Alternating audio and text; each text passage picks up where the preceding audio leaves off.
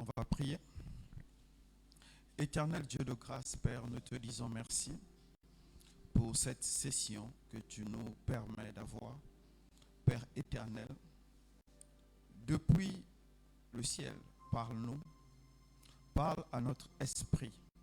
Donne-nous, Seigneur, de la sémence, afin que cette sémence que nous sommes en train de recevoir, que nous allons recevoir et que nous avons reçu, puisse produire en nous des fruits qui te glorifient. Père éternel, c'est ta parole qui est la nourriture de notre âme. Et quand nous la mangeons, Seigneur, nous devons te ressembler afin que ta gloire soit visible pour tous. Père éternel, Dieu de grâce, ne nous châtie pas à cause de nos manquements et de nos faiblesses. Au contraire, corrige-nous et montre-nous le bon chemin afin que, Père éternel, ce que nous devons faire, que nous puissions bien le faire. Là où nous devons aller, que nous puissions vraiment y aller et montrer ta gloire. Père, merci pour ton amour, merci pour ta grâce. Père, je prie pour ce peuple que tu t'es choisi. Seigneur, que ces 5 jours que nous allons passer ensemble soient 5 jours d'impactation. Que celui qui avait arrêté de lire sa Bible reprenne goût à relire sa Bible. Et que, Seigneur, celui qui ne comprenait pas ce qu'il était en train de lire, que ton Saint-Esprit l'assiste et l'enseigne, afin qu'il croisse dans la connaissance du Christ tel que tu nous l'as recommandé. Père, merci pour ton amour, merci pour ta grâce. Dans le nom de Jésus, nous avons prié. Amen. Amen. Amen. Donc, nous sommes à notre séminaire. Que Dieu soit glorifié. Bible ouverte. Et nous avons décidé de faire 5 jours dans 2 livres. Le livre de 1 Corinthiens et le livre de 2 Corinthiens. Tenez-vous bien, on ne peut pas en fait étudier ces 2 livres-là en 5 jours. C'est pas possible, c'est totalement impossible. Quand vous voyez ce livre-là, le commentaire biblique du chercheur, lui, c'est la deuxième partie, ce n'est que le Nouveau Testament. Il est consacré à chaque livre de la Bible. Donc quand vous voyez déjà la partie qui est consacrée rien qu'à Corinthiens, il faut au moins 2 ou 3 jours pour lire seulement 1 Corinthiens et le comprendre. Donc ce que je vais faire, c'est des résumés. C'est comme vous allez recevoir des éléments qui vont vous permettre de pouvoir avancer, de pouvoir comprendre quand vous allez lire et de pouvoir vous approfondir quand vous allez relire tout seul votre Bible. Amen.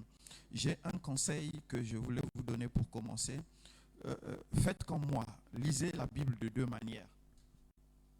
Je lis la Bible en papier ou bien sur la tablette, donc la Bible numérique, mais prenez aussi le temps d'écouter les Bibles audio. Ça va vous aider. Des fois, quand vous êtes dans un moment, au lieu de mettre la musique, il y a plusieurs Bibles audio. Dernièrement, je viens de télécharger ça sur mon laptop. Écoutez, vous êtes là, vous êtes dans le calme, au lieu de mettre de la musique, parce que beaucoup de musiciens disent des choses qui ne viennent pas de Dieu, mais comme c'est bien rythmé, on a l'impression que c'est la parole de Dieu. C'est mieux d'écouter directement la parole de Dieu. Donc, prenez le temps d'écouter, de mettre la Bible audio et d'écouter livre par livre. Cela va encore plus vous enrichir et cela vous permettra aussi de faire attention à certaines choses auxquelles vous n'avez pas fait attention quand vous-même vous étiez en train de lire. Amen. Corinthiens. Ces 2 livres écrits par notre frère Paul. C'est Paul qui a écrit ces livres et ça vous le savez déjà. Et Paul était en train de répondre à la ville de Corinthe. La ville de Corinthe a eu 2 grandes phases de son histoire. La première phase de Corinthe, c'était, en tout cas de sa création, jusqu'à 100 quelque chose années avant Jésus. Et à un moment donné, la ville était morte. Et après, quand les Romains l'ont conquise, ils ont redonné vie à à cette ville. Et quand on parle de Corinthe, on va prendre Corinthe comme c'était une ville au bord de la mer. C'est un peu comme, on va dire, c'est une mégalopole, comme nous le disons aujourd'hui. Cotonou est petit, on va prendre quelle ville? On va prendre Lagos, voilà. C'était comme un peu Lagos. Donc c'était une grande ville où l'objectif des gens, c'était de s'enrichir. C'était vraiment de s'enrichir. Rien que de s'enrichir. Ils ne voulaient pas autre chose sinon que s'enrichir. Et ils avaient l'habitude de payer des armées, d'unir une armée pour les défendre, pour défendre leurs richesses. Et toutes les villes qui se trouvent au bord de mer sont des villes où il y a beaucoup de réalités spirituelles. Je vais revenir là-dessus. Mais le principal problème de Corinthe, c'est que c'était une ville riche, une ville commerciale. Donc, ça passait au milieu d'une route commerciale très fréquentée et beaucoup de bateaux venaient déposer les marchandises et il y avait beaucoup de brassage. Donc, il y avait des gens qui venaient de différents coins du monde connus et qui venaient faire du commerce à Corinthe. Donc, Corinthe avait une mentalité, si je dis ça là, on ne va pas trop se comprendre. Mais c'est un peu comme les villes comme New York, comme Paris, c'est ouvert. Donc n'importe qui vient avec sa vision, s'il trouve des adeptes, il trouve des adeptes. Donc c'était ouvert comme ça. Amen.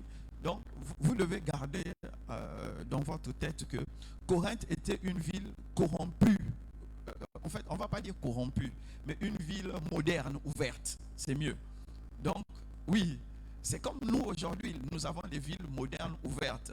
Quand vous avez Paris, vous avez New York, vous avez Brasilia, on fait la Gay Pride là-bas, il y a des mouvements d'idées, tout ça. Donc c'est des villes ouvertes et tout le monde vient avec sa façon de voir, sa façon de comprendre les choses, sa façon d'être. Donc c'était comme ça que Corinthe était. Amen. Et donc pendant un des voyages d'évangélisation de Paul, il avait mis la graine. Il avait trouvé quelques Corinthiens à qui il a prêché l'évangile. Et en leur prêchant l'évangile, après, il a continué sa route dans ses différents voyages. Et après, Apollos est venu derrière. Apollos a commencé à arroser. Donc, il s'est placé là comme le pasteur et il a commencé à donner les enseignements pour pousser les gens à croître. Amen. Donc, vous devez garder ça dans votre esprit pour bien comprendre tout ce que je vais dire par la suite. Amen. Donc, nous allons commencer. Normalement, je voulais m'arrêter à 4 et essayer de faire au chapitre 4, donc essayer de faire 20 minutes, je crois, non? Ou bien 15 minutes. Pour faire 1 heure. 4 chapitres, ça veut quoi? 15 minutes par chapitre, ça va. Donc, je vais essayer d'aller un peu vite. Juste les points que moi j'ai choisis. Comme vous avez déjà lu la Bible, donc ça va aller très vite. Donc, nous allons prendre nos Bibles dans le livre de 1 Corinthiens et nous allons prendre le verset 4. Je rends à mon Dieu, verset 4, Corinthiens 1, verset 4. Je rends à mon Dieu des continuelles actions de grâce à votre sujet pour la grâce de Dieu qui vous a été accordée en Jésus. Car en lui vous avez été comblés de toutes les richesses qui concernent la parole et la connaissance. Verset 6. Le témoignage de Christ ayant été solidement établi parmi vous, de sorte que vous ne manquez d'aucun temps dans l'attente où vous êtes de la manifestation, de l'arrivée de la manifestation de notre Seigneur Jésus. Il vous affermira aussi jusqu'à la fin pour que vous soyez irréprochables au jour de notre Seigneur Jésus. Amen. Ça, c'est la salutation que Paul a donnée. Paul a d'abord apprécié qu'est-ce que était l'église de Corinthe. Et il dit que lui, quand il se souvient de Corinthe, quand il prie pour Corinthe, il rend grâce à Dieu. Et qu'est-ce qu'il dit de Corinthe? Il dit, je sais que Corinthe est une église qui est bien enseignée, qui a une bonne fondation. Amen. Parce que c'est lui-même qui a mis la fondation. Il ajoute encore, je sais que c'est une église qui a été bien enseignée. Et encore, il dit, comme moi-même j'ai mis la fondation et que vous êtes bien enseignés, je sais une chose, que vous avez tous les dons possible. Donc, il parle de la manifestation du don du Saint-Esprit. Amen. Donc, il dit, de sorte que je sais, il vous manque aucun don. Et que vous êtes dans l'attente de la manifestation du Christ. Donc, il dit que Corinthe était une église qui savait que Jésus va revenir. Donc, dans l'utilisation de leurs dons, dans leur culte, ils avaient toujours en présence dans leur esprit le retour du Christ. Et pour finir, il a dit, Jésus lui-même va vous affermir, afin que chacun de vous puisse être irréprochable. Ça veut dire que chacun de nous puisse être à la mesure parfaite du Christ, à la mesure de la stature parfaite du Christ pour le retour du Christ. Donc ce n'est pas un homme qui va le faire, mais c'est Jésus lui-même qui va les rendre irréprochables afin que le jour où il va venir, qu'ils puissent avoir une église irréprochable qui les attend. Et ça, c'est la salutation que Paul a fait à Corinthe. Ça veut dire que Paul connaissait l'église de Corinthe, il connaissait l'état d'esprit de Corinthe. Amen. Donc, comme nous sommes dans l'enseignement, permettez-moi, je vais glisser un peu. Je dis, vous voyez, la salutation de Paul parle de l'état d'esprit de Corinthe. Amen. Ça veut dire que l'état d'esprit de chacun de nous est important devant Dieu. Et même quand les gens veulent intercéder pour toi, il faut que les gens sachent quel est ton état d'esprit. Comment tu penses, comment tu vois Dieu, quelles sont tes attentes. Et après, quand on va intercéder pour toi, ça, en fait, ça semble plus simple. Et on a plus de réponses. Si quelqu'un peut dire Amen. Ok, donc nous allons continuer. Et plus loin dans la lettre, au verset 18. Au verset 17. Car ce n'est pas pour baptiser que, parce qu'il y avait eu un problème en haut, je vais revenir dessus. Car ce n'est pas pour baptiser que Christ m'a envoyé, c'est pour annoncer l'évangile, et cela sans la sagesse du langage, afin que la croix ne soit point rendue vaine. Amen.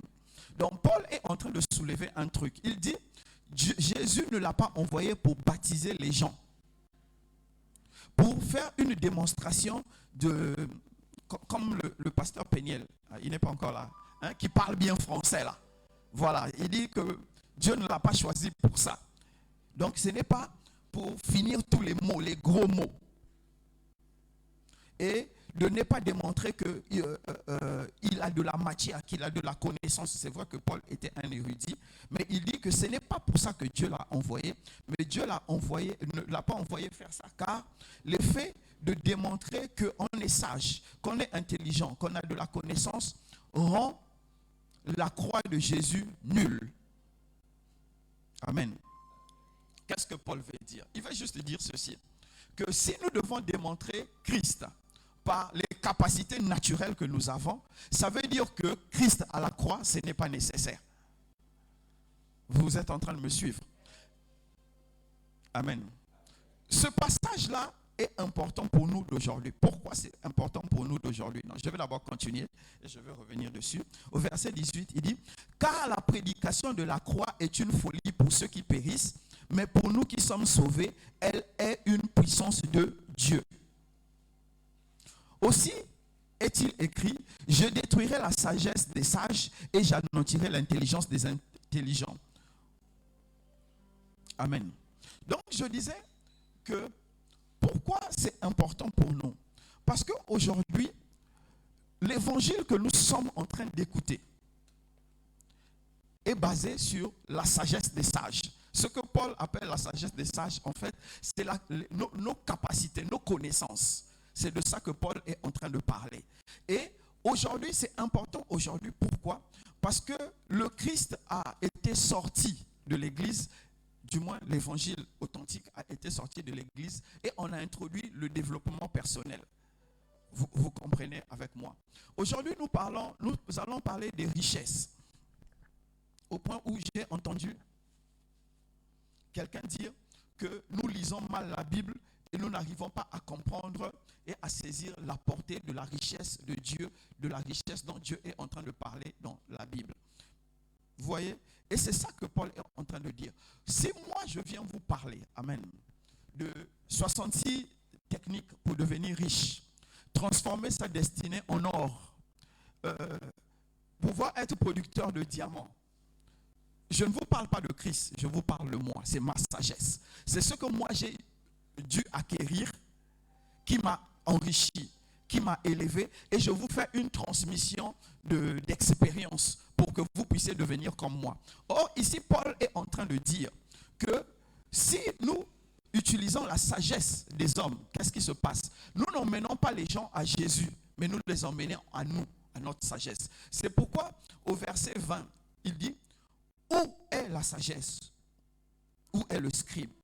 Où est le distributeur de ce siècle? Dieu n'a-t-il pas convaincu de la folie, la sagesse du monde? Le reste, vous allez prendre le temps de lire.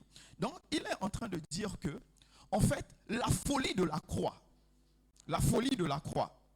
dire que Jésus est vivant, qu'il est ressuscité au 3e jour, qu'il nous a aimés, il nous a mis à part.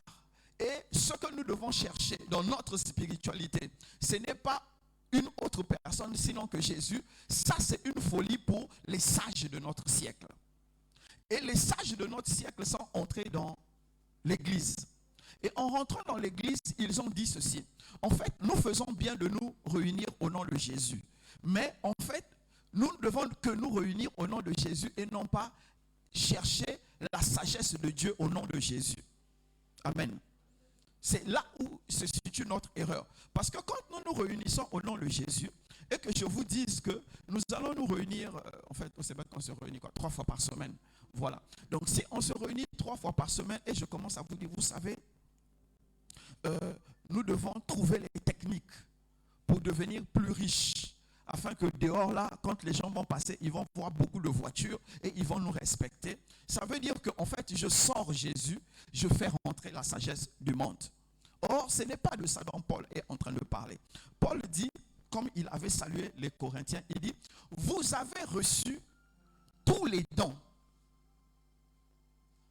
Ayant reçu tous les dons, vous devez manifester tous les dons. Or, le défi que Paul nous lance dans le livre de Corinthiens, c'est quoi? Dans le 1er chapitre. Si nous avons reçu tous les dons, comment la sagesse du monde peut se retrouver dans l'église?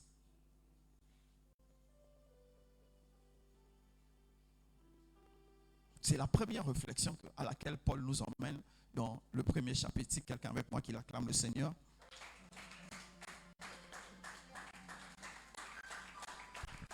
Amen. Nous allons passer au chapitre 2. Comme je vous ai dit, je vais essayer de faire 15 minutes par chapitre pour aller vite. Chapitre 2, je vais lire le verset 2. Non, on va commencer à 1. Pour moi, frère, lorsque je suis allé chez vous, ce n'est pas avec une supériorité de langage ou de sagesse que je suis allé vous annoncer le témoignage de Dieu. Maintenant, c'est le verset que je voulais qu'on fasse attention, le verset 2. Car je n'ai pas eu la pensée de savoir parmi vous autre chose que Jésus-Christ et Jésus-Christ crucifié. Car je n'ai pas eu la pensée de savoir parmi vous autre chose que Jésus-Christ et Jésus-Christ crucifié. Pourquoi Paul commence le 2e verset par « Je n'ai pas eu une autre pensée ». En fait, bref, je vais recontexter. Il dit, en fait, quand je suis venu vous voir, je ne suis pas venu vous parler de la richesse que j'avais acquise de Paul. Faites attention, Paul était riche. Son père avait acheté la nationalité romaine. Et on ne pouvait pas acheter la nationalité romaine si on est pauvre. C'est pas comme aujourd'hui, tu vas aux États-Unis, tu gagnes green card. Non. À l'époque, quand tu n'étais pas né romain, on achetait la nationalité. Et c'était très cher. Et le père de Paul avait acheté la nationalité. Donc, ça veut dire que Paul était un homme riche. Et Paul est allé au pied de Gamaliel, érudit. Regardez sur Google, vous allez voir. L'érudit Gamaliel. Donc, c'était son précepteur, son enseignant. En fait, à l'époque, on mettait quelqu'un devant l'enfant qu'on suivait. Amen. Voilà. Donc, il avait un précepteur Gamaliel. Et si vous êtes comme moi, féru des émissions, vous allez comprendre qu'il n'y avait que les rois ou les gens nantis qui pouvaient payer les philosophes dont vous avez entendu parler, les Descartes, Platon, tout ça. Quand on les payait pour qu'ils puissent instruire des rois, pour instruire des princes. Donc, si Paul a été au pied de Gamaliel, c'est parce que celui qui l'a mis au pied de ce monsieur avait les moyens de le mettre au pied de ce monsieur. Donc c'est pourquoi Paul dit, je ne suis pas venu vous voir avec supériorité de langage. Ici on peut dire avec plus qu'il devait parler romain. Donc, il n'est pas venu pour dire, moi je parle romain, ou bien moi, les gens comme nous, on parle anglais. Donc, je ne suis pas venu vous voir pour parler anglais, hein? So frankly, you know, voilà. Donc, bon, voilà, on n'est pas là pour parler anglais, voilà. Et je ne suis pas là pour vous dire, vous savez, j'ai étudié les finances, je peux multiplier un capital et tout ça. Non, ce n'est pas ça, c'est ce que Paul dit. Paul dit, je suis venu vous voir avec une seule pensée, celle de Jésus. Non seulement de Jésus, mais Jésus crucifié. Pourquoi il parle de Jésus crucifié? Parce qu'il y a commencé, je vous ai dit que Corinthe était une ville ouverte. Et il y avait des Juifs, il y avait des gens qui avaient entendu parler de Jésus, il y avait des gens qui venaient de partout. Et il a commencé à avoir des bruits sur Jésus. Il y a certains qui disaient qu'il avait été ressuscité, d'autres ont commencé à dire qu'il n'était pas ressuscité, d'autres disaient qu'on avait volé son corps, ainsi de suite. Vous allez voir ça. C'est pourquoi Paul aurait dit, je suis venu parmi vous pour parler de Jésus. Jésus crucifié. Amen. Jésus crucifié, c'est important de souligner crucifié. Il n'a pas été ressuscité, mais il a parlé de crucifié. C'est pour mettre l'accent sur l'œuvre du Christ dans la vie de tous les Corinthiens, ou bien de l'église de Corinthe. Je ne sais pas qui c'est les premiers. Mais c'est pour ça qu'il met un point. Il dit, je suis venu vous parler de Jésus, et non seulement de Jésus, mais de Jésus crucifié. Et Jésus crucifié, nous aussi aujourd'hui, quand nous allons lire le livre de Corinthiens, nous devons nous demander si Jésus a été crucifié, c'est pour quelle raison? Parce que c'est là que Paul veut emmener les gars de Corinthe. Pourquoi Jésus a été crucifié? Et nous aussi, qu'est-ce qui en nous a été crucifié? En fait, il réveille la conscience. Amen. Il est en train de rappeler aux gens, vous savez, nous avons une dimension. Bon, celui qui parle le long français est arrivé. Donc c'est de lui qu'on parlait au début là. Vous savez, nous sommes arrivés dans une dimension avec le temps à oublier que nous devons crucifier certaines choses dans notre vie. Et ici, pour le cas de Corinthe, il fait déjà notion, ou il fait déjà entrer la crucifixion des mauvais enseignements. Ça, c'est un extrait déjà, il a lancé. Donc plus tard, nous allons regarder. Et c'est de ça qu'il est en train de parler. Et nous, aujourd'hui, quand nous allons lire la Bible, nous devons nous poser cette question. Si Paul parle de Jésus crucifié, quelle est la part de Jésus crucifié en moi? Qu'est-ce qui en moi a été crucifié? La crucifixion de Jésus est l'extériorisation de son obéissance à la volonté de son Père. Qu'est-ce qui pour nous, à l'extérieur, démontre l'obéissance à Dieu? Si tu m'as compris, acclame le Seigneur.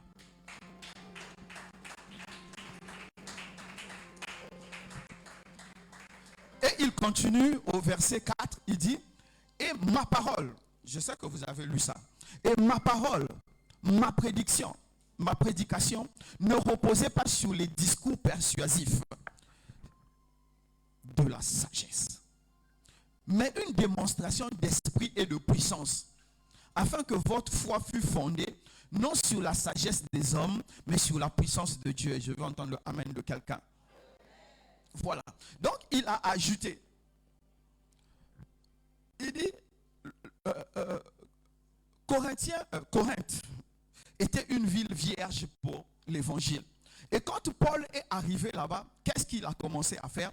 Il dit, il ne leur a pas prêché des techniques. Il dit, ma parole. Donc, le savoir qu'il avait, ma prédication, la parole de Dieu qu'il avait dans sa bouche, n'ont pas été données sur la persuasion, convaincre. Vous savez, si vous appliquez ci à ça, ça vous donnera tel résultat. Si vous faites comme ci à comme cela, ça vous donnera tel résultat. Paul dit qu'il n'a pas enseigné ces techniques-là. Ce qui est enseigné aujourd'hui dans les églises. Recite le psaume 125, 150 fois, 3 fois nu, 6 fois à genoux, et tu auras, oui, mais vous riez, c'est ce qui se passe aujourd'hui. C'est triste. Moi, j'ai vu où on est en train d'apprendre aux gens à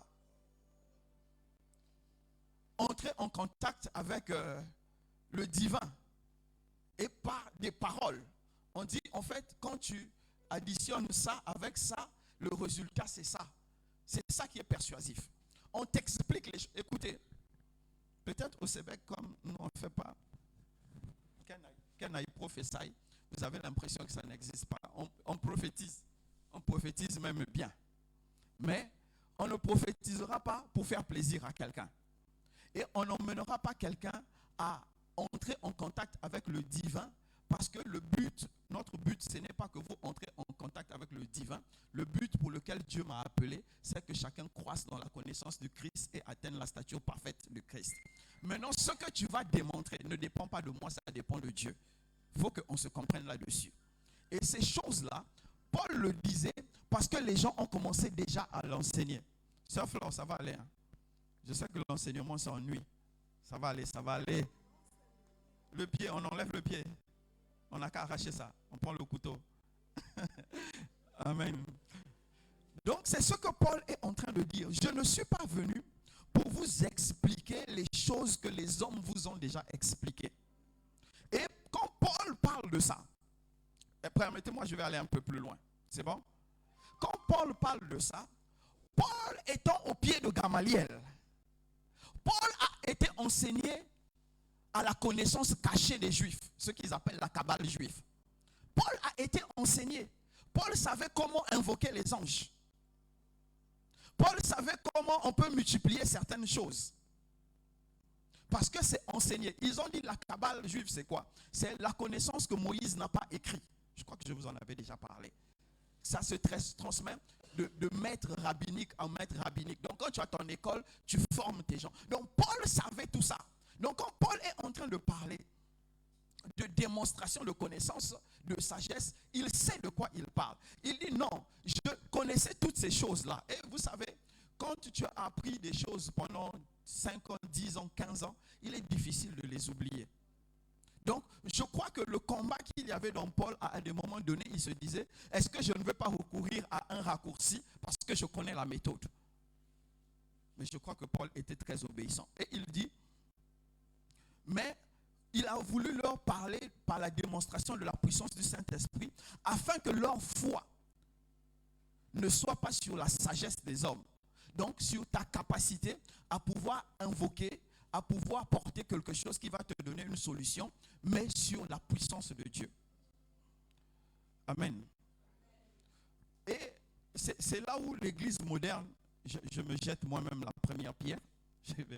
Ne vous dites, je ne vais pas jeter aux autres. C'est là où l'église moderne est en train de pécher. Quand Paul est en train de dire par une démonstration de la puissance.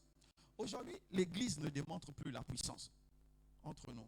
La seule puissance qui est démontrée aujourd'hui dans l'église, c'est les gens tombent. On a même des tombeurs professionnels. Vous êtes d'accord avec moi? Ça, c'est le manque de démonstration de la puissance de Dieu. Aujourd'hui, beaucoup de guérisons, comme quelqu'un qui est allé, en tout cas vous allez voir ça sur Facebook, il a fait venir des morts dans l'église. Ils étaient tous sur les lits et il a commencé à les ressusciter. Bon, en tout cas, bref, je ne suis pas là pour ça. Je disais qu'il y a un truc qui se passe, il y a le manque de démonstration de puissance de Dieu dans l'église. Ce qui aujourd'hui est en train de diminuer la foi de beaucoup. Et beaucoup sont en train de penser que Dieu ne se démontre plus par la puissance. Souffrez avec moi. C'est comme je disais à Dieu, mais attends, quand je suis dans cette salle-là, quelle démonstration de puissance on va faire? On va les faire léviter quelqu'un pour que tout le monde croit que Dieu peut encore agir. Vous comprenez ceci? Je disais que je me jette la pierre parce que nous-mêmes nous sommes là. Nous ne voulons plus démontrer la puissance de Dieu, mais nous nous contentons de parler. Ce qui pour moi, à une certaine dimension, est une erreur et est une faiblesse. Mais c'est comme je dis, la puissance de Dieu se démontre plus il y a la foule, plus il y a des challenges. Et c'est là où vous voyez mieux la puissance de Dieu. Comme je dis, quand je faisais les évangélisations, je trouvais que le miracle était banal. C'est quand Dieu m'a enfermé dans l'église que j'ai compris que le miracle n'était pas banal. Parce que ici, là, qui a un problème extraordinaire qu'on ne peut pas, qu'on ne peut pas gérer en temps normal. Mais quand vous êtes dans les campagnes d'évangélisation, vous courez. Vous êtes là pour 2-3 jours. Donc si la personne n'a pas le miracle aujourd'hui, c'est que c'est gâté. La personne ne croira pas. Donc prions que Dieu nous mette sur le terrain, nous remette sur le terrain pour que vous puissiez voir la démonstration de la puissance de Dieu. Ce n'est pas que nous n'en avons pas, mais l'environnement actuel ne nous permet pas de le démontrer. Maintenant, si vous voulez qu'on fasse le maquiona, des faux miracles, pour vous emmener à croire, où quelqu'un va prendre la glace, il va mettre à la cheville et on va dire que son pied s'est arrangé. Voilà, pour que vous puissiez croire. Non, Dieu fait authentiquement des miracles et c'est de ça dont Paul est en train de parler. Il y a eu, comme la terre où Paul est allé à Corinthe, était une terre vierge. Les gens avaient des situations et Paul a parlé et Dieu a agi. Et la foi de Corinthe a été posée sur la démonstration de la puissance de la crucifixion de Jésus. Donc, je vais encore faire quelque chose. Je vais encore glisser. Au lieu, j'ai dit, je me jette la pierre, le premier, hein, parce qu'on ne fait plus des miracles dans l'église. Mais donc, je glisse. Mais les gars, entre nous, nous avons tous le même Saint-Esprit, non? Ou bien moi, j'ai un autre Saint-Esprit? Ok. La Bible dit, vous imposerez les mains aux malades et ils guériront. Si à l'église, tu n'as pas vu les miracles, pourquoi toi, tu ne les fais pas?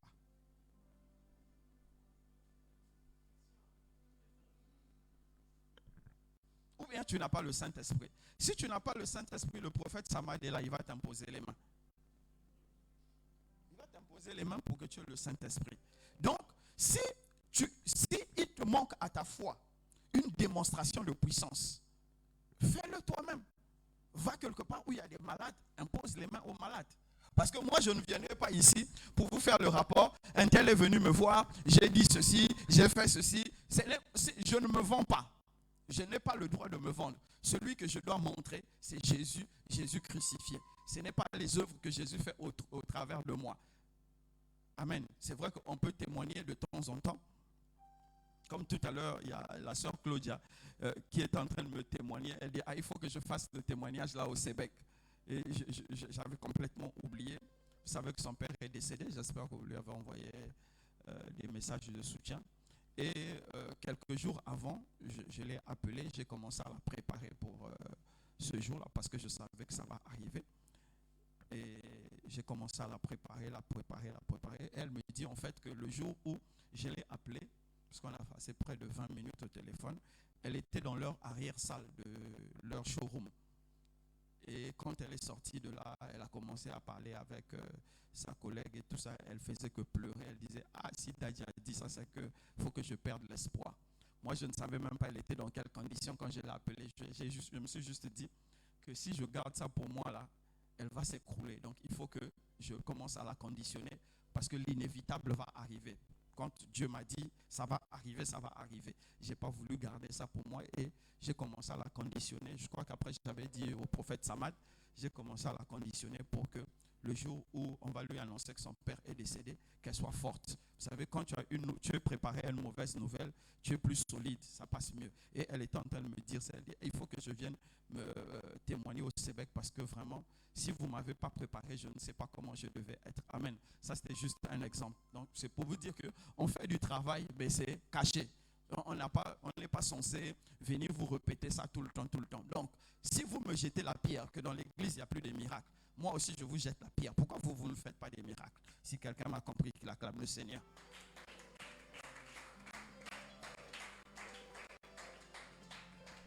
Ok, donc on va continuer rapidement. Je crois que j'ai dépassé les 15 minutes. Je suis déjà à combien de minutes là? Hein? Vous n'allez pas me mettre le chronophone, me chronométrer pour que je sois assez court. Donc nous allons passer au verset 9. Mais comme il est écrit, ce ne sont pas des choses que... vraiment le verset là, je voulais vraiment parler dessus, mais bon, je vais être court. Verset 9. 1 Corinthiens 2, verset 9. Mais comme il est écrit, ce sont des choses que l'œil n'a point vues, que l'oreille n'a point entendues, et qui ne sont point montées au cœur de l'homme, des choses que Dieu a préparées pour ceux qu'il aime. Amen. Et nous avons pris ce verset-là. La compréhension principale de ce verset-là, ça veut dire que ma richesse sera une richesse telle que personne n'a vu ça sur terre. C'est comme ça, on a pris ça. C'est comme ça. Amen. Je voulais beaucoup parler dessus, mais je ne vais pas beaucoup parler. Je vais juste dire une chose. Vous savez, l'évangile, amen. Ou bien on va dire la Bible, toute la Bible. Amen. Sœurs Annie, c'est comment? Toute la Bible, la façon de l'interpréter à Cotonou ne doit pas changer si je me retrouve à New York, que je me retrouve à Hong Kong, ou que je me retrouve à Bornéo, ou à Londres, j'avais oublié. La façon d'interpréter ne doit pas changer. Si je vous dis au Bénin, comme il est écrit, ce sont des choses que l'œil n'a point vues, que l'oreille n'a point entendues et qui ne sont point montées au cœur de l'homme, des choses que Dieu a préparées pour ceux qui aiment, et que je vous dise que Dieu fait la promesse de vous donner une grande richesse. Il faut que je sois capable de dire ça à New York. Or, quand tu vas te retrouver quand tu te retrouves par exemple aux États-Unis dans l'église par exemple de T.D. Jakes, tu vas dire quoi? Tu vas leur parler de richesse. Déjà les voitures qui sont dehors sont impossibles. Tu vas leur dire Dieu, ce qui monte dans le cœur de l'homme, c'est ça. Non, ce n'est pas ça. L'interprétation de la Bible doit être pareille partout. L'évangile de la prospérité, en détournant les versets de leur principale vision, marche en Afrique parce que nous sommes pauvres. Et nous avons trop d'attentes. Il y a des attentes superficielles que nous avons rendues une attente principale. Par exemple, il y a des gens, tant qu'ils ne vont pas se marier, ils vont dire qu'ils n'ont pas encore vu la gloire de Dieu. Tu as trouvé le travail. Tu es en bonne santé. Tu es en paix. Tu es bien enseigné. Mais au donnant de toi-même, tu te dis, tant que je n'ai pas le mariage, c'est que Dieu n'a encore rien fait pour moi. C'est quelque chose de superficiel, de secondaire. Toi, tu as rendu ça principal. Et maintenant, quand je vais venir ici, je vais te dire, donc le mariage que tu attends, la qualité de ton mariage, on va faire comme pour Péniel.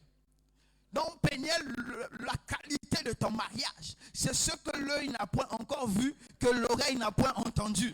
Et Péniel va dire amen. À mon mariage, j'avais beaucoup de voitures. À mon mariage, j'avais beaucoup de gens. Man, tu as vu le mariage princier des gens d'à côté là, à Londres là. Kate et quoi? C'est qui?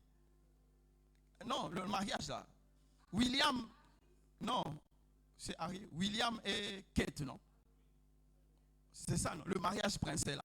Vraiment, Péniel, ton mariage, tu peux mettre ça à côté. Voilà. Vous voyez. Donc, quand vous allez vouloir appliquer ça à une catégorie de personnes, vous vous trompez. Non, Dieu n'est pas en train de parler de ça. En fait, Dieu parle, premièrement, de ce qu'il va donner à ceux qu'il s'est choisis. Dieu ne s'est pas limité aux choses matérielles, mais il parle d'abord des choses spirituelles. Les choses spirituelles que Dieu va te donner, c'est ce que l'homme n'a pas encore vu. Et encore là, il ne parle pas de la terre. C'est devenu compliqué. Oui, parce que je sais qu'on a beaucoup terrifié ça pour nous donner, pour que nous soyons... Si tu donnes plus d'argent, ce que l'œil n'a point vu, ce que l'oreille n'a pas entendu, Dieu prépare ça pour toi. Voilà. Non, c'est pas ça. C'est pas de ça que Dieu est en train de parler. En fait, le problème de Paul, depuis que j'ai commencé là, c'est 13 minutes seulement j'ai fait. C'est une arnaque. Hein, restant. Ah, d'accord. Voilà, c'est même bon. Dans 13 minutes, on arrête. Donc, en fait, qu'est-ce que Paul est en train de nous expliquer? Lisons le verset qui suit, le 10. Dieu nous les révèle par l'Esprit, car l'Esprit sonde tout, même les profondeurs de Dieu. Donc, il dit, Dieu nous révèle ça par l'Esprit. Suivez-moi, je ne vais pas durer dessus. Je vous dis que cette promesse, Dieu parle du ciel, il ne parle pas de la terre. C'est pourquoi Paul peut dire, Dieu nous révèle ça par l'esprit. Si Paul parlait des choses de la terre, si tu vois une voiture, est-ce qu'on a besoin, l'esprit a besoin de te dire c'est une voiture? Si c'est une maison, est-ce que tu as besoin que l'esprit te dise c'est une maison? Donc les choses que nous n'avons pas vues, les choses que nous n'avons pas entendues, c'est, comment on va dire, la couronne ou bien la récompense que Dieu est en train de préparer à ses saints. Et Paul est en train de préparer Corinthe aux choses à venir. C'est pourquoi il dit, dans l'avenir, ce que Dieu vous donnera, c'est ce que l'oreille n'a pas entendu, c'est ce que l'œil n'a point vu, et c'est ce qui n'est même pas monté au cœur de l'homme. Qu'est-ce que toi tu vas faire sur cette terre qui n'est pas monté dans le cœur de l'homme? Tu es le premier homme sur terre. Nous-mêmes, on a dit, rien ne se crée, tout se transforme. Même si tu es le premier à construire une maison de 500 étages, il y a quelqu'un qui avait construit 100 étages avant toi pour créer la technique. Donc ça, ce n'est pas quelque chose qui n'est pas monté au cœur de l'homme. Donc Dieu est en train de nous parler ici de spiritualité. Donc sachez, mes frères et mes sœurs, que ce que Dieu nous a gardé, comme il est écrit, ce sont les choses, quand Dieu va nous les révéler par son esprit, nous serons tellement choqués que nous n'aurons même pas les mots pour pouvoir expliquer aux gens ce qu'on a vu. Et c'est l'expérience que ceux qui ont vu un quartier ou une partie du paradis ont eu. Je vous ai jamais caché ça. Une fois, j'avais eu ça en extase. J'étais encore très jeune, non, je devais avoir moins de la vingtaine, où Dieu m'avait pris, parce qu'on avait fait, je crois que c'était une semaine à la montagne. Vraiment, je souhaite répéter cette expérience avec certains parmi vous. On va aller à la montagne, on va passer 7 jours là-bas. Vraiment, j'avais jamais autant souffert pour Dieu. Pluie, au soleil, on avait tout vécu là, on priait seulement. Et c'était à ce moment-là, avec Bassé, j'avais eu cette extase, j'avais eu une vision du ciel. Moi-même, ça avait duré, mais on m'avait dit apparemment j'étais tombé seulement 5 minutes. Mais pour moi, c'était tellement long. Je ne peux pas vous expliquer ce que j'avais vu. En fait, quand je parle, j'ai quelques images, mais je ne peux pas vous expliquer.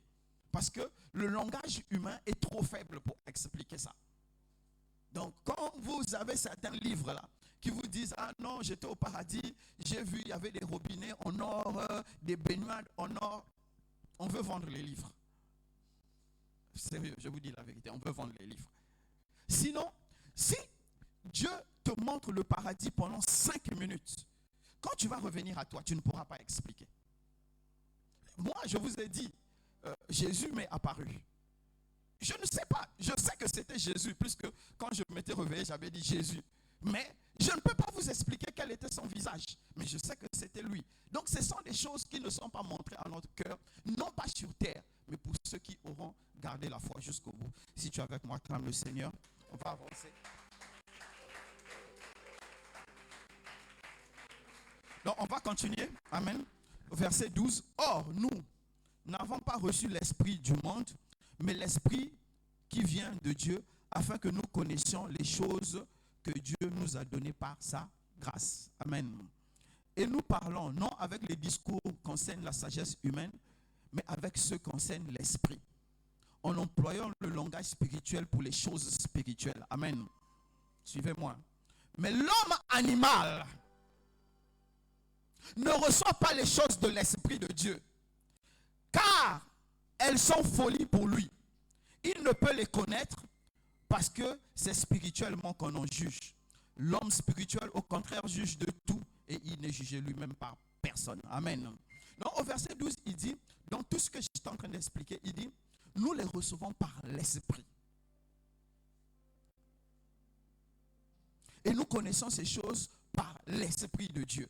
Et au verset 13, il dit, ces choses que nous sommes en train d'enseigner. Écoutez maintenant.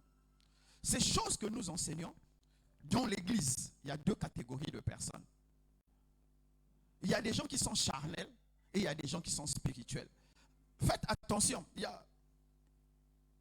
y a beaucoup de gens qui sont en train de penser que quand Paul était en train de parler, il parlait des gens hors de l'église. Non, Paul ne parlait pas des gens hors de l'église. Il parle des gens dans l'église.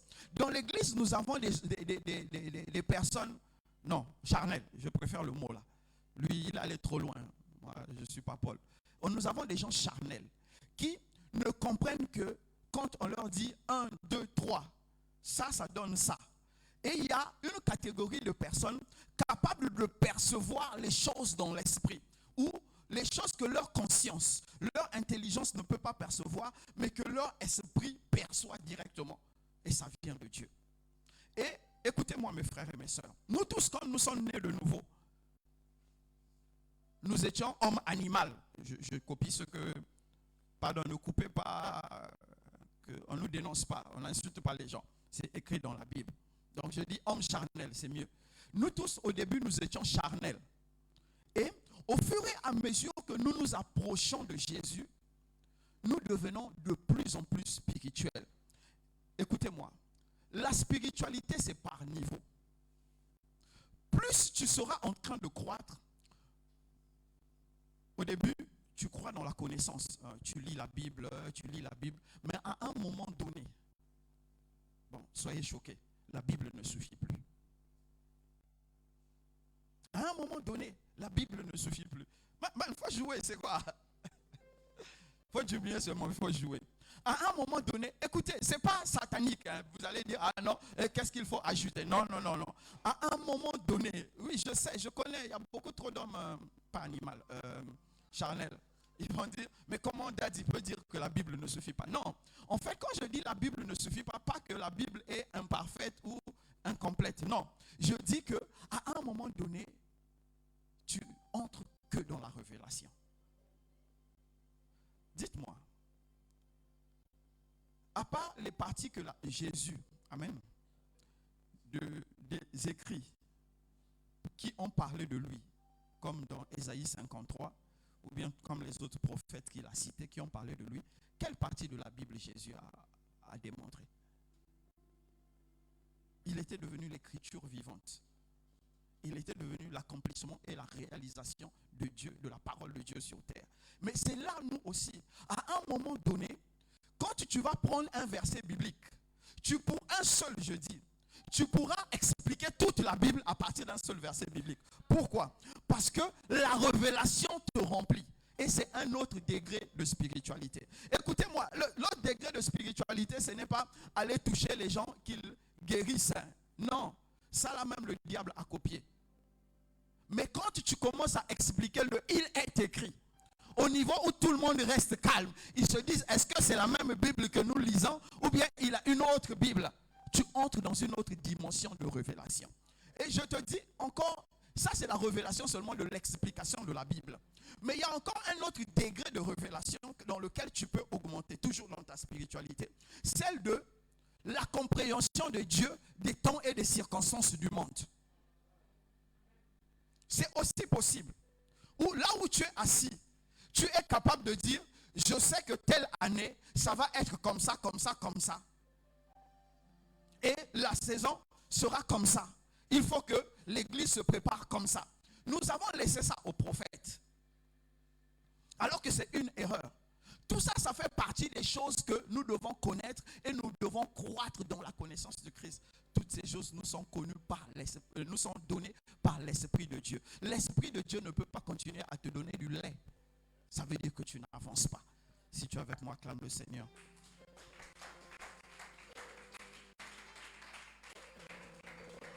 Bon, il me reste 3 minutes. Je vois là. Passons au chapitre 3. Pardon, acclamer le Seigneur. On va passer au chapitre 3. Il dit, pour moi, frère, ce n'est pas comme à des hommes spirituels que j'ai pu parler, mais c'est comme à des hommes charnels, comme à des enfants en Christ.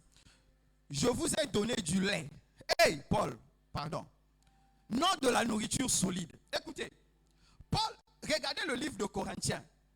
Si je vous dis le nombre de pasteurs que j'ai lus qui ont expliqué le livre de Corinthiens, je dis, lui, il dit que ça, c'est lait. Ce n'est pas encore nourriture solide. Maintenant, si Paul donnait la nourriture solide, est-ce qu'on allait s'en sortir? C'est pourquoi Paul a dit, Dieu m'a mis une écharde afin que je ne puisse pas m'enfler d'orgueil à cause de l'excellence de mes connaissances. Paul avait quel genre de connaissances? Ça veut dire que ce qu'il nous a écrit là, c'est peut-être 10% de ce qu'il savait. C'est pourquoi il dit ici, je vous ai donné du lait et non de la nourriture solide, car vous ne pouviez la supporter. Amen. On va continuer. Verset 9. On n'a qu'à continuer. Verset 9. 8. Non, verset 9. On va lire le verset 9. Car nous sommes ouvriers avec Dieu. Ouais. Vous êtes. Wow, vraiment, je vais prendre 2 minutes dessus. Verset 9. 1 Corinthiens 3, verset 9. Car nous sommes ouvriers de Dieu. Vous êtes le champ de Dieu, l'édifice de Dieu. Amen. Regardez ce que Paul dit ici. Amen. Suivez-moi s'il vous plaît. Regardez. Il dit, car nous sommes ouvriers avec Dieu. Il dit, dans un premier niveau, chaque chrétien est ouvrier avec Dieu. Ouvrier avec, ça veut dire quoi? C'est que vous faites le même travail.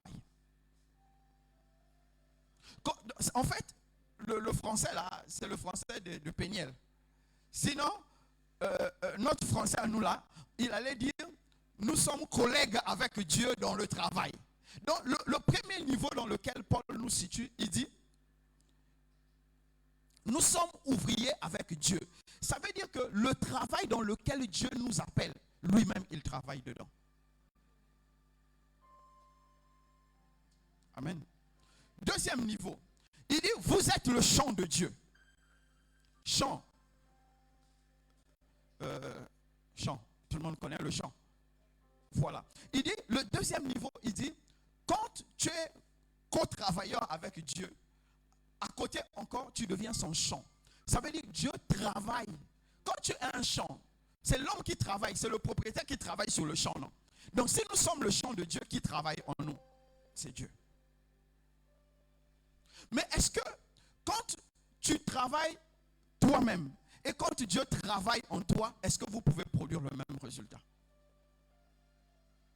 Pour finir, il dit, nous sommes encore édifices de Dieu. Édifice, c'est un bâtiment. C'est quelque chose de construit. Sœur Flore, ça va aller? La douleur n'est pas encore finie. Il faut imposer la main dessus. Ou bien, qui on va appeler va faire un miracle aujourd'hui? Les gens rient.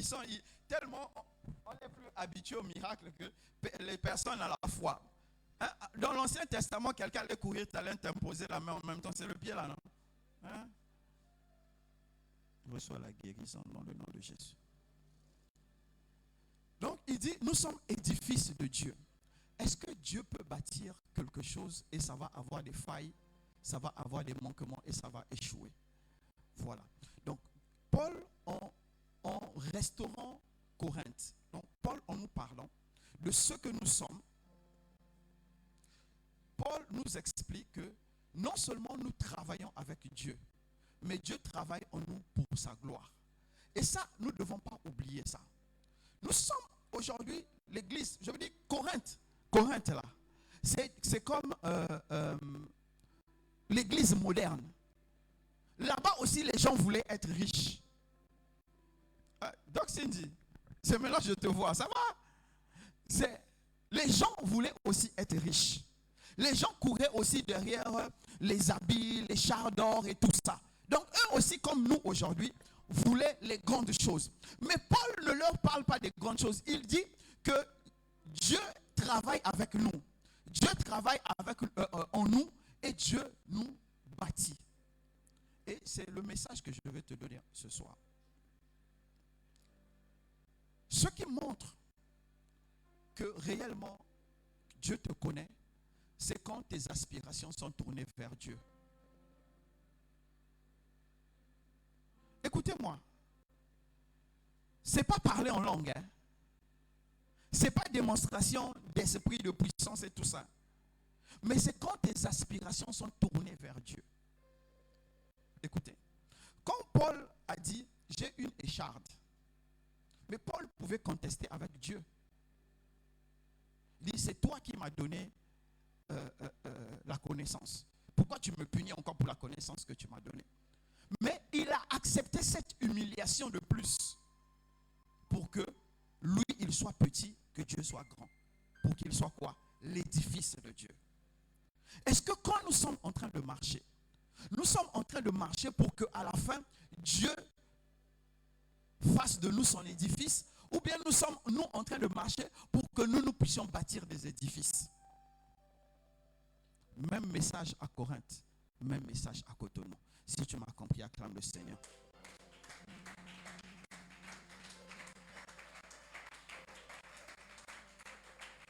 Amen. On va avancer rapidement. Il me reste 9 secondes. Et on va aller à 16. Allons-y. Ne savez-vous pas que vous êtes le temple de Dieu et que l'Esprit de Dieu habite en vous? Oh, si quelqu'un détruit le temple de Dieu, Dieu le détruira. Car le temple de Dieu est saint et c'est ce que vous êtes. Peut-être quelqu'un ne m'a pas compris, je vais répéter. Ne savez-vous pas que vous êtes le temple de Dieu? Donc, comme il a dit plus haut, nous sommes l'édifice de Dieu. C'est Dieu qui nous bâtit. Ne savez-vous pas que vous êtes le temple de Dieu et que l'Esprit de Dieu habite en vous? Si quelqu'un détruit le temple de Dieu, Dieu le détruira, car le temple de Dieu est saint. Mon frère, ma soeur, là où tu es saint, tu es sainte. Et écoutez-moi, ce qui détruit le temple de Dieu, attention, ce sont nos désirs. Le monde dans lequel nous sommes, comme Corinthe, ils avaient les désirs d'enrichissement. Ils avaient les désirs d'accomplissement. Ils avaient les désirs de grandeur. Amen. Et ce sont ces désirs-là qui ont emmené tous les problèmes qu'il y avait dans l'église de Corinthe. Et ici, Paul le rappelle. Il dit, ne sais-tu pas que tu es le temple de Dieu et que Dieu habite en toi? On a dit au verset 9 que nous sommes le champ de Dieu et il va nous bâtir. Nous sommes aussi l'édifice de Dieu. Donc il dit, l'Esprit de Dieu habite en toi. Ton corps, ton âme, ton esprit ont reçu Dieu. Amen. Je vais parler rapidement en deux choses. Il y a des gens aujourd'hui qui ont reçu Dieu, qui ont reçu l'Esprit de Dieu. Mais l'Esprit de Dieu en eux ne produit rien. Pourquoi ça ne produit rien? Parce que, ayant reçu l'Esprit de Dieu, Dieu ne nous automatise pas. Nous ne devenons pas des robots. Amen. Nous sommes libres de notre choix. Dieu nous a toujours laissé libres de notre choix. Est-ce que c'est un choix de faire fructifier l'Esprit de Dieu ou c'est un choix de frustrer l'Esprit de Dieu?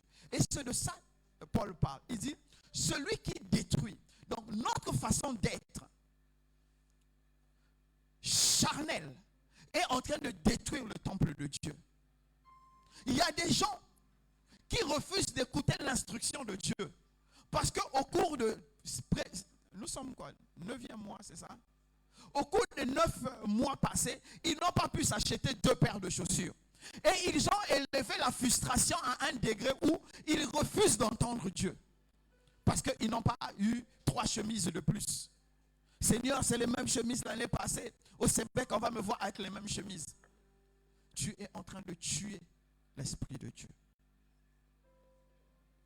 Il y a des gens qui sont en train de tuer l'Esprit de Dieu parce que quand ils voient la manifestation de l'Esprit chez l'autre, ils veulent la même manifestation sans payer le prix.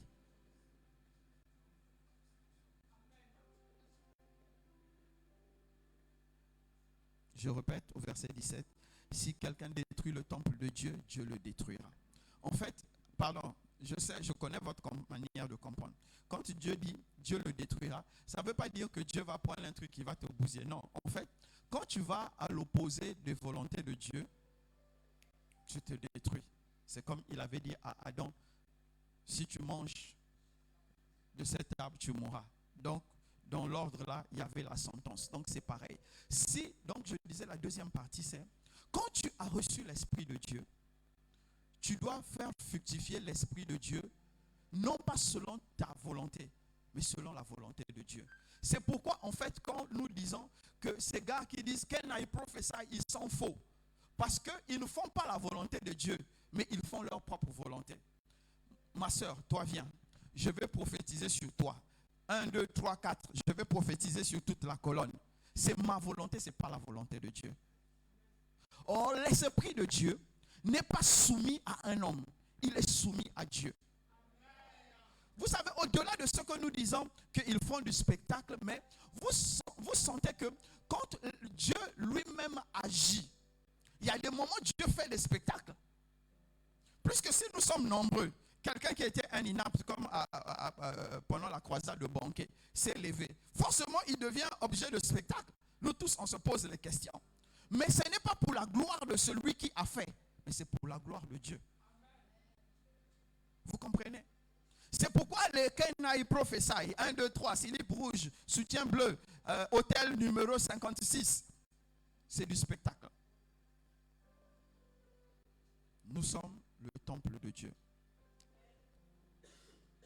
On va continuer au verset 18. Alors, j'aime ce passage. Comprenez que je parle trop bien anglais, quoi. Donc, j'aime ce passage. Que nul ne s'abuse lui-même. Si quelqu'un parmi vous pense être sage selon ce siècle, qu'il devienne fou afin de devenir sage. Je répète. Que nul ne s'abuse lui-même. Si quelqu'un parmi vous pense être sage selon ce siècle, qu'il devienne fou afin de devenir sage. Maintenant, on dit en fait sage de Dieu. Pourquoi Paul dit ça? Parce que nos aspirations, comme je l'ai dit, conduisent notre spiritualité. Nos frustrations conduisent notre spiritualité. Nos attentes conduisent notre spiritualité. Mais il faut que nous puissions prendre conscience. Ayons l'Esprit de Dieu en nous. Ce n'est pas notre volonté que nous devons faire, que nous devons chercher. Mais c'est la volonté de Dieu que nous devons faire et nous devons chercher. Comprenez la nuance. Je dis, c'est légitime de vouloir se marier. C'est légitime de vouloir avoir une voiture. C'est légitime de vouloir avoir une meilleure situation. C'est normal et c'est souhaité. Mais, au-dessus de ça, qu'est-ce que Dieu dit à propos de moi? Je ne sais pas si je parle à quelqu'un. Vous me comprenez? C'est normal. À un certain âge. Aujourd'hui même, j'étais en train de réfléchir. Je disais, mais sérieux, hein? Si je dois habiter un mois seul, ça va être compliqué. Je ne sais plus laver les assiettes. Je ne sais même plus allumer gaz. Dernièrement, votre maman s'est moquée de moi. Je me battais à la cuisine pour allumer gaz là-bas. Jusqu'à elle est venue, elle a allumé. Elle dit, hey! Je dis, vraiment, ces histoires, franchement, tellement, je ne sais pas. Je crois que depuis le début de l'année, c'est la deuxième fois que je rentre à la cuisine. Et j'étais là, je me disais, mais si j'habite seul, ça va être comment? Ça va être compliqué. Donc, je dis, c'est légitime à un certain âge de vouloir avoir quelqu'un avec toi. Quand tu rentres à la maison, vous allez papoter, vous allez échanger, qui va te dire je t'aime, moi si je t'aime, t'aimer, tout ça. Bref. Et qui va t'appeler pour dire ah tu me manques, je te manque, c'est légitime. À un moment donné, quand il pleut, tu regardes le ciel, tu dis ah il faut aller travailler. Ah Seigneur. Travailler encore pour combien? Ah Seigneur. C'est légitime. Je vous dis, tout ça c'est légitime, c'est normal. Mais, si tu es spirituel, au-dessus de tout ça, Dieu. C'est pourquoi il dit, si tu te trouves sage, parce que les gens aujourd'hui ont mis Dieu de côté. Ils ont l'Esprit de Dieu, ils ont mis ça de côté. Et ils sont en train de courir derrière la maison, le voyage. Aujourd'hui même on dit, reçois le visa. Et les gens crient Amen. Ah! Abomination.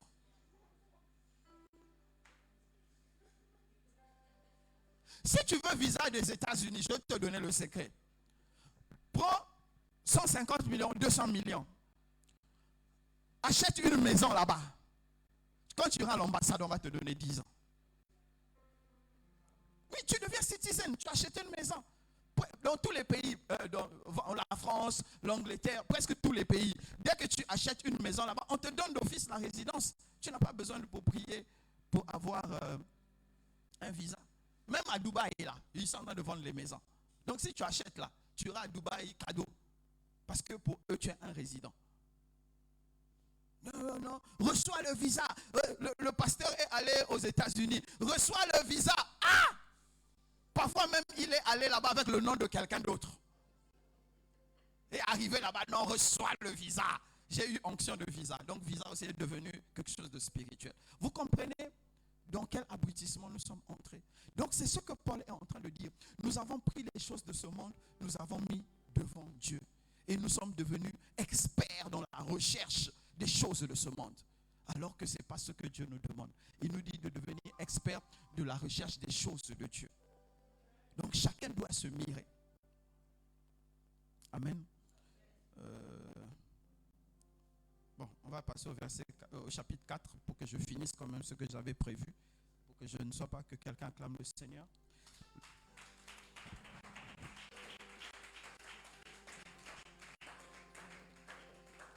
Amen. Écoutez, il y a ce passage que j'ai beaucoup apprécié, 1 Corinthiens 4, le verset 1 et 2, il dit ainsi, qu'on nous regarde comme des serviteurs de Christ et des dispensateurs des mystères de Dieu. Je peux parler? Ok. Paul face aux Corinthiens. Corinthe, c'était la ville. Elle existe jusqu'à aujourd'hui. Au sud de la Grèce. Là. Ainsi, ce qu'on nous demande, que nous soyons des serviteurs de Christ, des dispensateurs des mystères de Dieu. Écoutez-moi. Presque toute la terre a entendu que Jésus existe. Il y a d'autres dans les bonnes conditions, il y a d'autres dans les mauvaises conditions. Il y a d'autres, on dit c'est le Dieu des païens. Il y a d'autres, on dit c'est un Dieu quelconque, c'est parmi les dieux.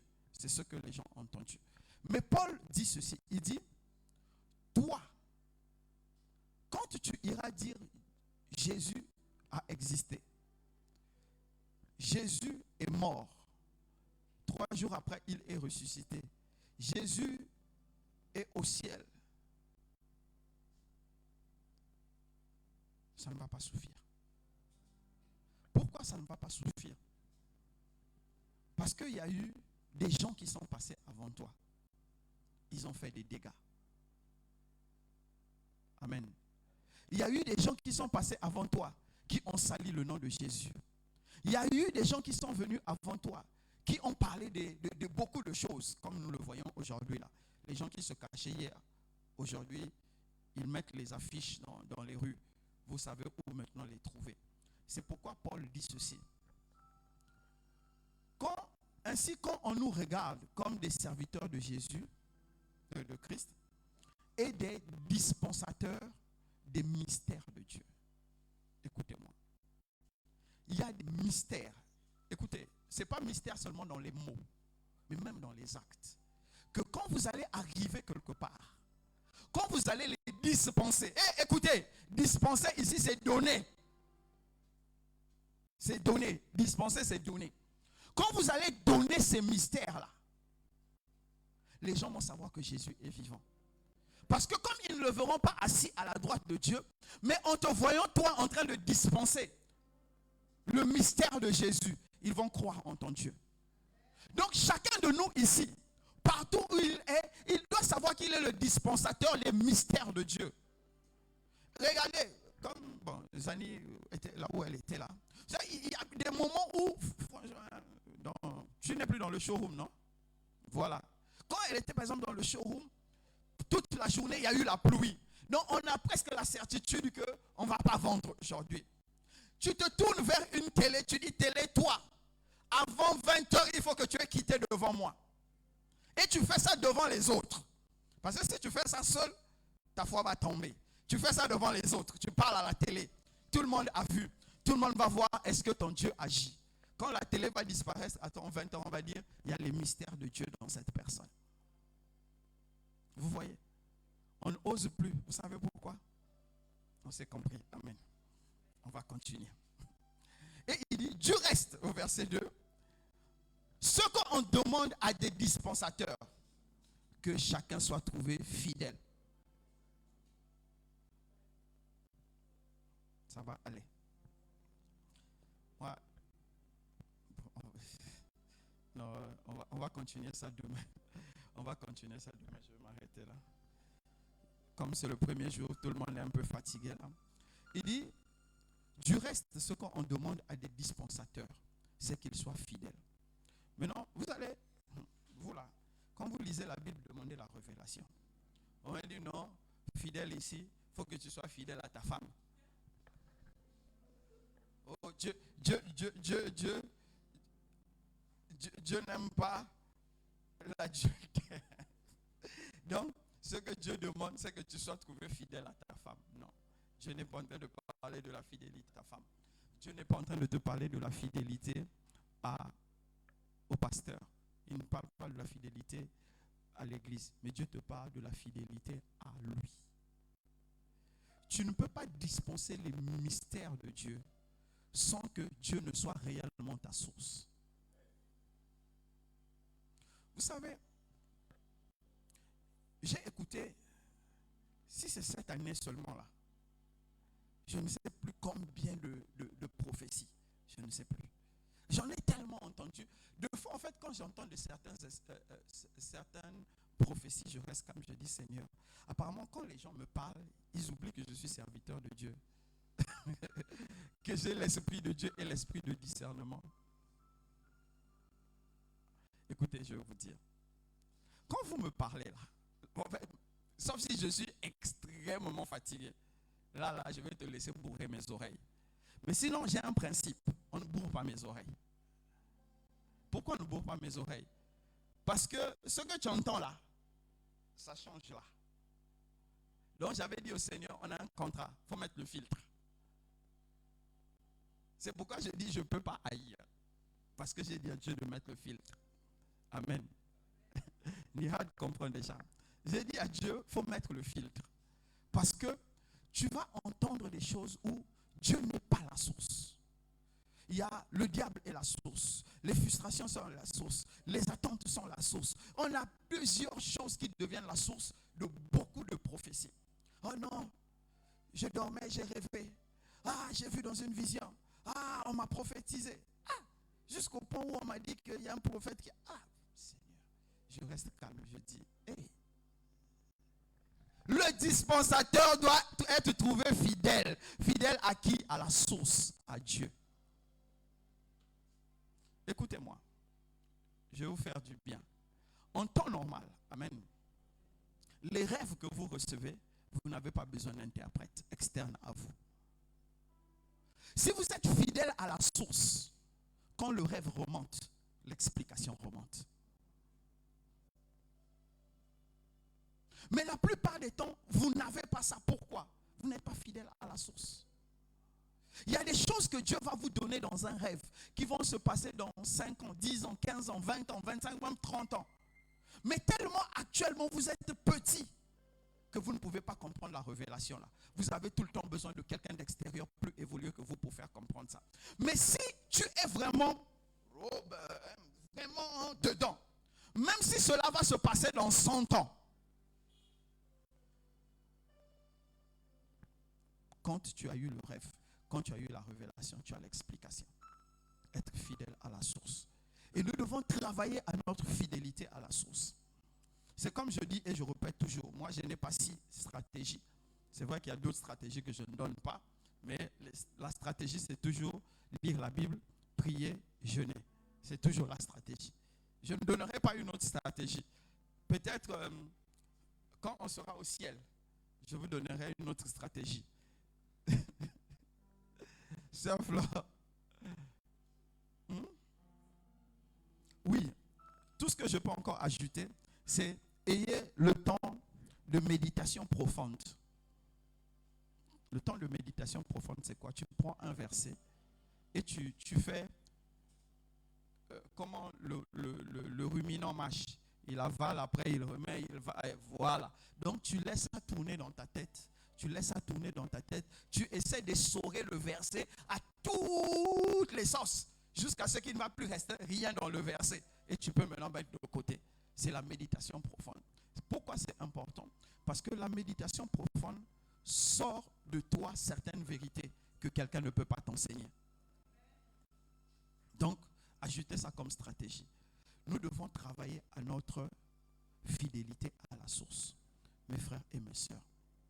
Vous savez, notre relation avec Dieu est souvent basée sur nos émotions de l'heure.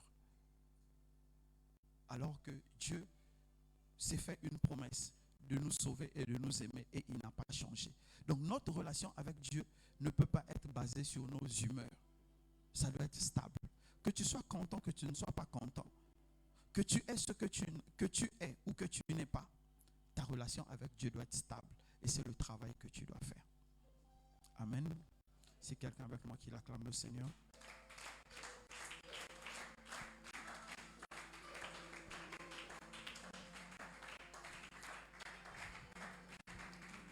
Tu vas commencer à prier. Tu vas demander au Seigneur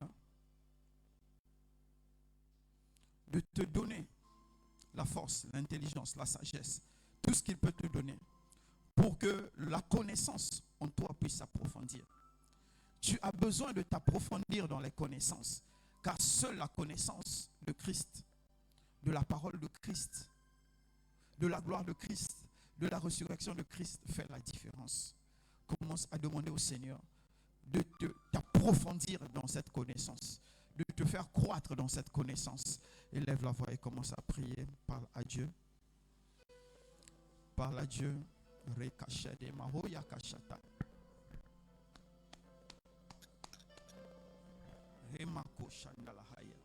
Éternel Dieu de grâce, Père, que mes racines s'approfondissent en toi et que le fruit de ta connaissance devienne visible en moi, afin que j'agisse non pas comme moi, mais que j'agisse comme toi.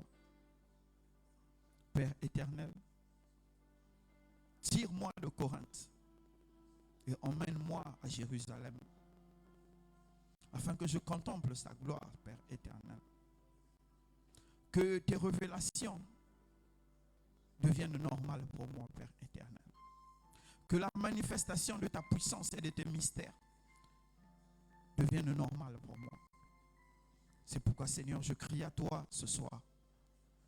Je crie à toi ce soir, Seigneur, car toi seul peux triompher de mes attentes. Toi seul peux triompher de mes manquements. Toi seul peux triompher de tous ceux qui ne te glorifient pas en moi. Dans le nom de Jésus, nous avons prié. On va prier. Éternel Dieu de grâce, Père, je bénis et je glorifie ton nom pour ce premier jour. Père, permets-nous d'avancer encore plus profondément avec ta parole. Seigneur, enseigne-nous encore. Parle-nous encore. Donne-nous des révélations plus excellentes encore. Afin que, Seigneur, que ce ne soit pas ce que nous voulons qui puisse nous conduire, mais ce que toi tu veux puisse nous conduire. Père éternel, ouvre notre cœur, ouvre notre intelligence, ouvre notre âme, ouvre notre esprit à tes mystères, Seigneur, afin que nous aussi, nous puissions dispenser rigoureusement tes mystères, que nous puissions manifester clairement tes mystères, afin que, Père éternel, que là où ton nom avait été sali, là où ton nom avait été écrasé, là où ton nom avait été calomnié, que ton nom soit de nouveau accepté et glorifié. Père éternel, Dieu de grâce, nous avons des besoins réels. Donne-nous la capacité, ouvre les écluses de ces cieux et réponds à ces besoins, Père éternel, afin que, comme David pouvait le dire, ne me donne pas trop au risque que je ne puisse me détourner de toi, et ne me rends pas pauvre au risque que je puisse voler et qu'on calomnie ton nom. Donne-moi ce qu'il me faut afin que je puisse toujours me souvenir de toi. Seigneur, donne-nous ce qu'il nous faut afin que nous puissions toujours dépendre de toi. Donne-nous ce qu'il nous faut afin que, Seigneur, nous puissions toujours te chercher. Donne-nous ce qu'il nous faut, Seigneur, afin que tu sois toujours le chemin, la lumière et la gloire pour nous. Béni sois-tu dans le nom de Jésus. Nous avons prié. Amen, amen, amen.